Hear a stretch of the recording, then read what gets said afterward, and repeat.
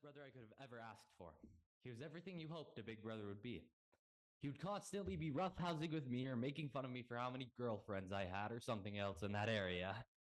He would give me the best advice and help, but would never want to admit that he was helping me, so he'd shrug it off as nothing. I don't know if he ever knew it, but those moments meant the world to me. The little things he saw as simple or not a big deal, I saw as the best things ever. One of these things was when he would ask me and Ethan to go to movies with him. It didn't matter if it was 11 p.m. on a school night. He'd always ask, and we'd always find a way to let our mom to let us go.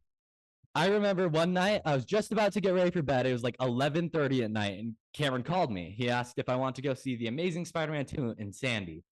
Thinking he was talking about the next day, I said sure.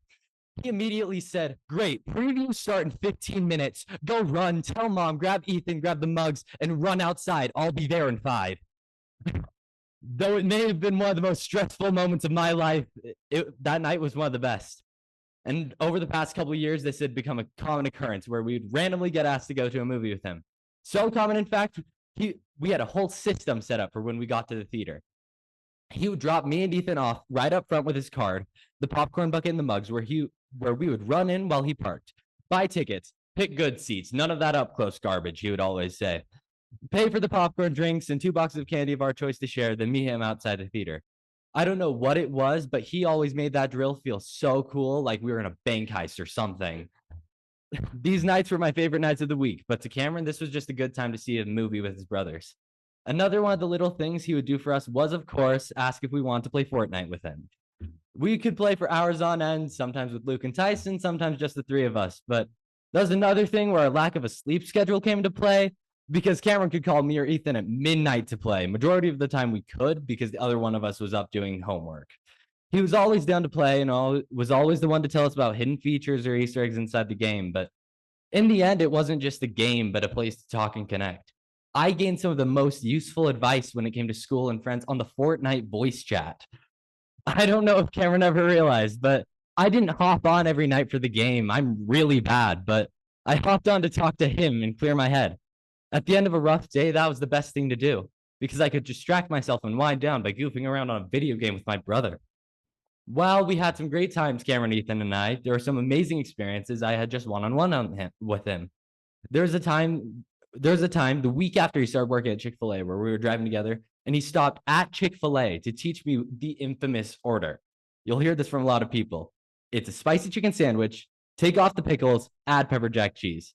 I have almost never ordered something other than this since then.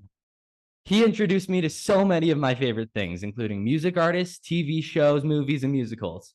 He's the reason you'll find me blasting 21 Pilots and AJR in my AirPods and binging 8 seasons of Brooklyn Nine-Nine in just 2.5 weeks.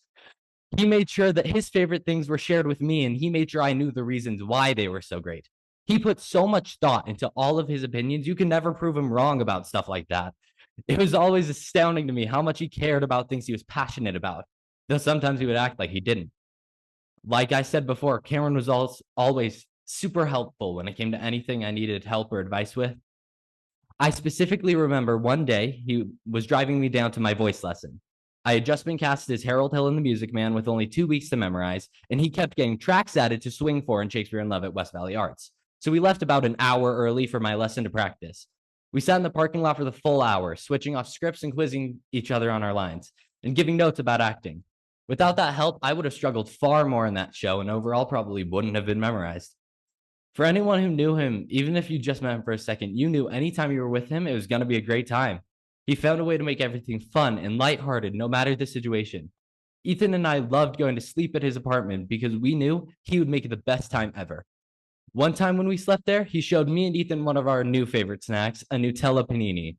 It's a really simple idea that anyone could have thought of, but to this day, you still hear Ethan asking, when can we make a Nutella panini? I don't think it's much the treat that he loves, but the memories tied to them. That's how it is with plenty of things connected to Cameron, because he loved a good time. Anytime you were with him, you could expect 1,000 quotes from a variety of movies and TV shows, such as, "You can't do this to me. I started this company. Do you know how much I sacrificed?" Norman Osborn, Spider-Man, or, "Well, I'm about to make a name for myself here. Gambit, Deadpool, and Wolverine."